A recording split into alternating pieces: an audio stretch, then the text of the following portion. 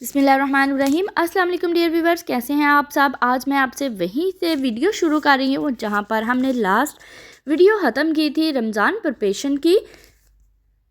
तो last video में भी हमने बहुत ज़्यादा चीज़ें बनाकर सेव कर ली थी और बाकी जो रह गई थी वो मैं सारी इस वीडियो में आपके साथ टिप एंड ट्रिक के साथ शेयर करूँगी। वीडियो को आपने एंड तक लाजमी देखना है। अगर हमारी वीडियो पसंद आए तो लाइक एंड शेयर लाजमी कीजिएगा और अगर आपने अभी तक मेरा चैनल सब्सक्राइब नहीं किया तो जल्दी से कर लें। आपको इस तरह की अच्छी अच्छी वीडियो मिलती रहेंगी।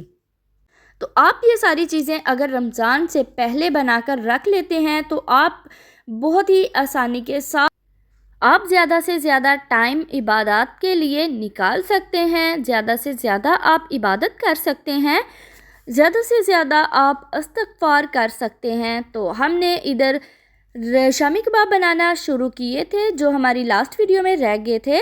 तो शामी कबाब में अब हम ऐड करेंगे कुछ गार्निश और टेस्ट के लिए कुछ मसाले इसमें ऐड करेंगे, जिसमें मैं कुटा हुआ खुश्क धनिया 1 टेबलस्पून ऐड कर रही हूँ और 1 टेबलस्पून मैं इसमें ज़ीरा ऐड कर रही हूँ। साथ में मैंने ग्रीन चिली बारीक सी चॉप की हुई ले ली है, 3 से 4 सब्ज़ धनिया इसमें ऐड किया है और साथ में मैंने इसमें ऐड की है कसूरी मेथी 1 टेबलस्पून। अब हम इसको थोड़ा सा कूट लेंगे इस तरह से, ताकि जो दाल के कुछ पीस बाकी रह गए हैं वो भी अच्छी तरह से मैश हो जाएं। अच्छे से आप इसको कूट लें या फिर चॉपर में डालकर आप इसको ग्राइंड भी कर सकते हैं।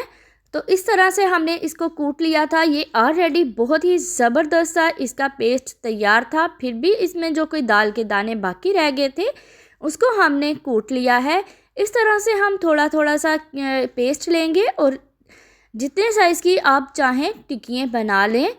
मैं मीडियम साइज़ की टिक्कियाँ बनाकर रखने लगी हूँ। हम इसको फ्रीज़ कर लेंगे। इस तरह से मैं सारी टिक्कियाँ बनाकर रख लूँगी। ना ही आपने बहुत ज़्यादा मोटी लेयर में बनानी है और ना ही बहुत ज़्यादा आपने पतली और छोटी बनानी है। इस तरह से हम मीडियम साइज़ की कबाब बनाकर शामी कबाब बनाकर रख लेंगे। मैंने सारे कबाब बनाकर रख लिए थे। आप देख रहे हैं मैंने नीचे सुफरा डाला है। तो सबसे पहले नीचे प्लेट में हमने ऑयल लगा लिया था और उसके ऊपर टिक्कियाँ रखी, फिर हमने सुफरा डाल लिया। तो बाकी की टिक्कियाँ हमने फ्रीज़ होने के लिए रख दी हैं। 3 से 4 टिक्कियाँ मैं आपको फ्राई करके दिखाऊंगी और हम इनके बनाएंगे बर्गर। बहुत ही ज़बरदस्त से इसके बर्गर बनकर तैयार होते हैं। तो मैं जालीदार तरीके से शामी कबाब फ्राई कर रही हूँ। आपने क्या करना है कि अंडे को अच्छे से फेंट लेना है और अच्छा सा टिक्की को डिप करके इसको ऑयल में डाल देना है और ऑयल में डालते ही आपने चम्मच की मदद से ऊपर वाले हिस्से पर ऑयल डालना है और आप देख रहे हैं कि ये लच्छेदार सी कबाब की शेप ऊपर से तैयार हुई है। इस तरह से हम 1 से 2 मिनट के बाद दूसरी साइड को भी चेंज करके तो 2 से 3 मिनट तक इसको भी पका लेंगे मीडियम टू लो फ्लेम पर। तो आप देख रहे हैं कि शामी कबाब बनकर तैयार हो गए हैं। अब हम बर्गर तैयार करते हैं। तो मैंने बर्गरों को लंबाई में कट कर लिया था दरमियान में से। अब हम इसके ऊपर लगाएंगे मायोनीज़ और साथ में हम इस पे लगाएंगे केचप। एक साइड पे आप लगा लें केचप और दूसरी साइड पे आप मायोनीज़ लगा लें, या फिर आपको इसके अलावा कोई भी और सॉस पसंद है जैसा कि चिली सॉस वगैरह तो आप वो भी इस पर ऐड कर सकते हैं। मैं बच्चों के लिए बना रही हूँ इसलिए मैं ज़्यादा स्पाइसी नहीं बनाऊँगी, तो मैं केचप और मायोनीज़ का ही सिर्फ यूज़ करूँगी। तो आप रमज़ान अफ्तार में शामी कबाब से बर्गर भी बनाकर रख सकते हैं। बर्गर बच्चों को बहुत पसंद आते हैं। आप इसको अफ्तार में लाजमी बनाएं, बच्चे खुश होकर खाएंगे। आप शामी कबाब सहरी में पराठे और चटनी के साथ भी ले सकते हैं। बहुत ही ज़बरदस्त सा टेस्ट आता है, बहुत ही मज़ा आता है चटनी और शामी कबाब के साथ पराठा खाने का। तो या फिर आप अगर बिरयानी बना रहे हैं बिरयानी के साथ लें और इसको अफ्तार में भी आप सर्व कर सकते हैं। इस तरह से हम शामी कबाब लगा लेंगे, चम्मच की मदद से इसको अच्छा सा इस तरह से फैला लेंगे। ऊपर हम थोड़ी सी केचप ऐड कर देंगे, साथ में मैं इस पर अंडा रख दूँगी। 2 मैंने अंडे लिए थे और उसमें सिर्फ नमक और थोड़ी सी मिर्ची डालकर मैंने इनको बना लिया था।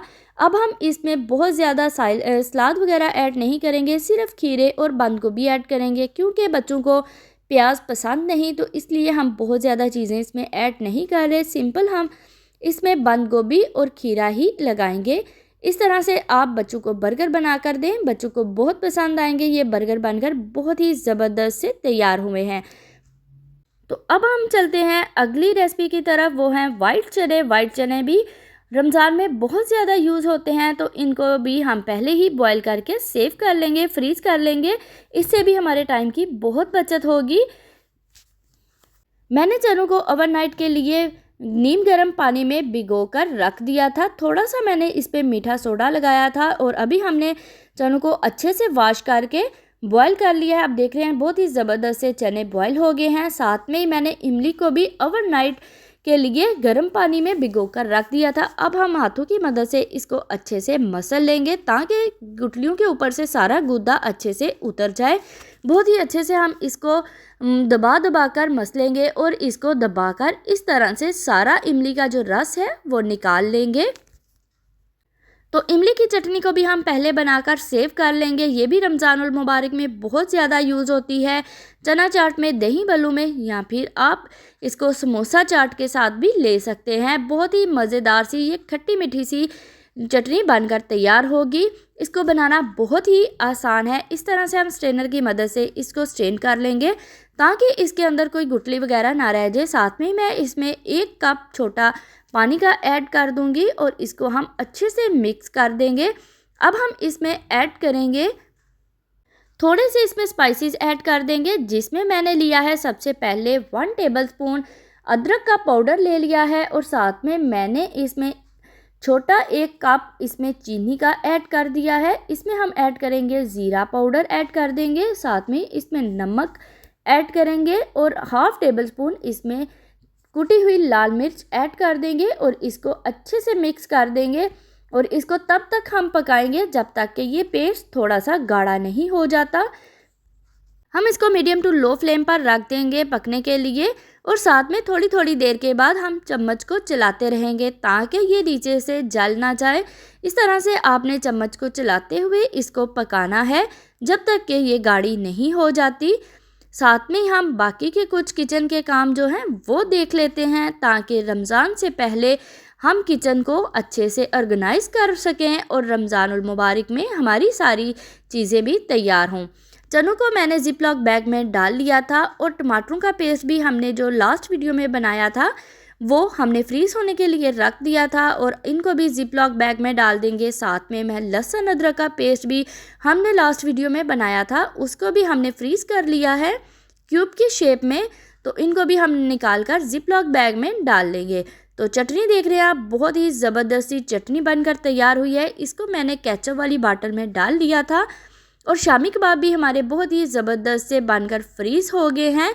तो इनको भी हम जिप लॉक बैग में डालकर रख देंगे। बंद गोभी को मैंने कट करके उसको भी जिप लॉक बैग में डाल दिया था। साथ में गाजर है, गाजर को भी मैंने छोटे क्यूब्स में कट करके डाल दिया था।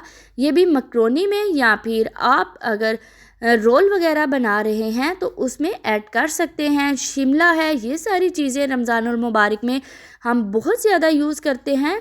तो अगर हम इनको पहले ही बनाकर सेव कर लेंगे तो हमारे लिए रमज़ान में बहुत ज़्यादा आसानी होगी। तो इस तरह से आप भी सारी चीज़ें बनाकर सेव कर सकते हैं और अपने रमज़ानुल मुबारक को आसान बनाएं। तो आप देख रहे हैं माशाल्लाह सब कुछ हमने रेडी करके रख लिया है। अब हम इनको फ्रीज़र में स्टोर कर लेते हैं। तो अगर आपको इस स्टेज पर हमारी वीडियो पसंद आई हो तो लाइक कर दें, शेयर कर दें दोस्तों में और सब्सक्राइब कर दें। तो मिलते हैं अगली एक नई अच्छी सी वीडियो के साथ, तब तक के लिए अल्लाह हाफिज़।